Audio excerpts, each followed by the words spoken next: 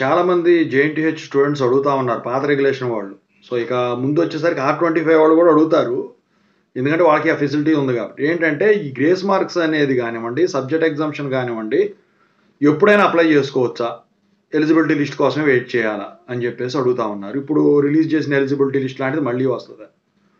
So, దీని గురించి చెప్పబోయే ముందు అయితే ఇంతవరకు ఈ ఛానల్ సబ్స్క్రైబ్ చేసుకున్నోళ్ళు సబ్స్క్రైబ్ చేసుకొని ఈ వీడియోని లైక్ చేసి షేర్ చేయండి. మీకేమైనా డౌట్స్ ఉంటే కాల్ మీ ఫర్ ద్వారా కాల్ చేయండి. తెలుగు ఇంజినీరింగ్ ఎడ్యుకేషన్ టెలిగ్రామ్ ఛానల్‌లో జాయిన్ అవ్వండి. ఈ వీడియోకి ఒక హైప్ ఇవ్వండి. ఇక టాపిక్‌లో వెళ్తే ఏంట్రా బాబు అంటే, so, grace marks eligibility list గురించి నేను ఒక వీడియో చేశానండి. అయితే ఇక ముందు వచ్చేసరికి మీకు గ్రేస్ మార్క్స్ ఎలిజిబిలిటీ లిస్టులతో అయితే పనుండదు నాకు తెలిసి.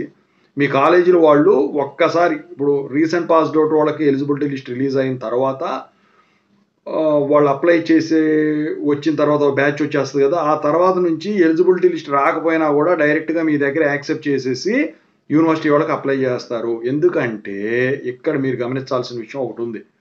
సో, ఎక్కువ మంది ఉంటారు కాబట్టి ఫస్ట్ అటెంప్ట్‌లో దానికి ఎలిజిబిలిటీ లిస్ట్ అనేది రిలీజ్ చేయడం అయితే జరుగుతుందనమాట. ఇక రెండోసారి, మూడోసారి వచ్చేసరికి ఇప్పుడు తగ్గిపోతుంది. ఎవరు కూడా ఇంట్రెస్ట్ చూపియట్లే స్టాంప్ మార్కులు పడుతున్నాయని. సో, గ్రేస్ మార్క్స్ ఎలిజిబిలిటీ లిస్ట్‌లే గాని, సబ్జెక్ట్ ఎగ్జామ్షన్ ఎలిజిబిలిటీ లిస్ట్స్ అని పెద్ద పనుండదు. ఒకళ్ళిద్దరి కోసం ఏం పంపిస్తారు? సో, అయితే వాళ్ళ దగ్గర డేటా ఉంటది, వీళ్ళ దగ్గర డేటా ఉంటది కాబట్టి 2 టాలీ చేసుకుంటారు వాళ్ళు. సో, 2 టాలీ చేసుకొని ఎలిజిబిలిటీ లిస్ట్‌తో పనే ఉంటుంది. సో, ఎలిజిబుల్ అయితే మీకు ఇచ్చేస్తారు. వీళ్ళు పంపించిన ఇన్ఫర్మేషన్ కరెక్టేరా బాబు అని చెప్పేసి. సో, ఎప్పుడైనా అప్లై చేసుకోవచ్చండి. ప్రాబ్లమ్ ఏమి ఉండదు. ఇక ఎలిజిబిలిటీ లిస్టే వచ్చిందాకా ఉండాలంటే మాత్రం నేను ఇందాక చెప్పిన కేసులో తప్ప మిగతా ఏ కేసులో కూడా అవసరం ఉండదు.